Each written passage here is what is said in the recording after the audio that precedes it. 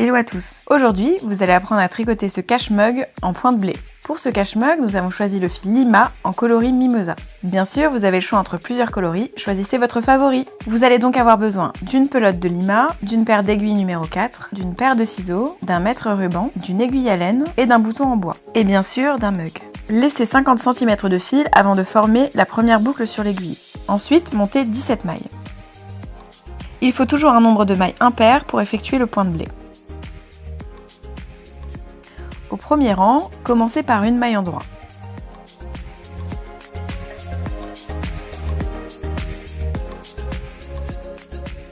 La deuxième maille est une maille en vert.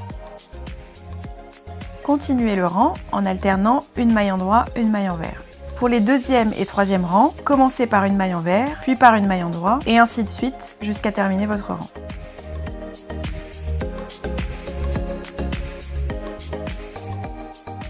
Commencez votre quatrième rang par une maille en droit, puis une maille en vert, et ainsi de suite jusqu'à terminer votre rang. Répétez ces 4 rangs jusqu'à avoir atteint 70 rangs au total. Après avoir tricoté vos 70 rangs, rabattez les 5 premières mailles de votre aiguille en les tricotant à l'envers, puis continuez votre rang normalement.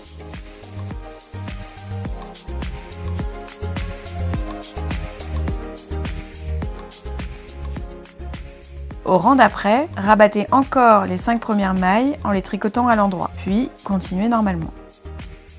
Il vous reste à présent 7 mailles sur votre aiguille, continuez à les tricoter au point de blé pendant 6 rangs. Vous allez maintenant réaliser la boutonnière. Pour cela, tricotez 3 mailles au point de blé, puis réalisez un jeté.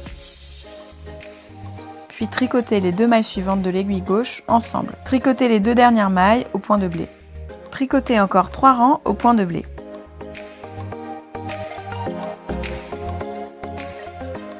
Rabattez ensuite vos mailles à l'envers.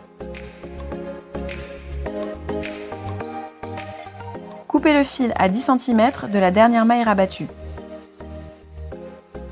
Vous pouvez voir que le jeté a formé un trou pour pouvoir ensuite y passer le bouton.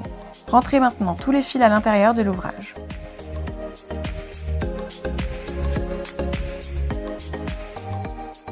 Dernière étape, coudre le bouton. Vérifiez que le bouton que vous choisissez soit un peu plus gros que la boutonnière.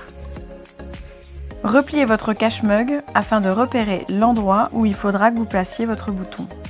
Si les trous du bouton sont assez gros, utilisez l'aiguille à laine et votre fil à tricoter pour coudre votre bouton. Sinon, choisissez un fil à coudre assorti et prenez une aiguille à coudre classique.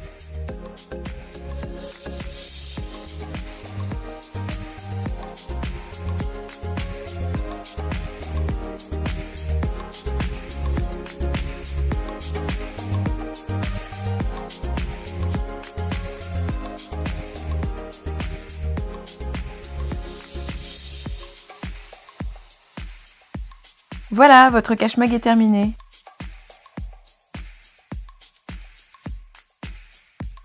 N'hésitez pas à commenter et à partager cette vidéo. Retrouvez toute l'actualité de Bergère de France sur les réseaux sociaux.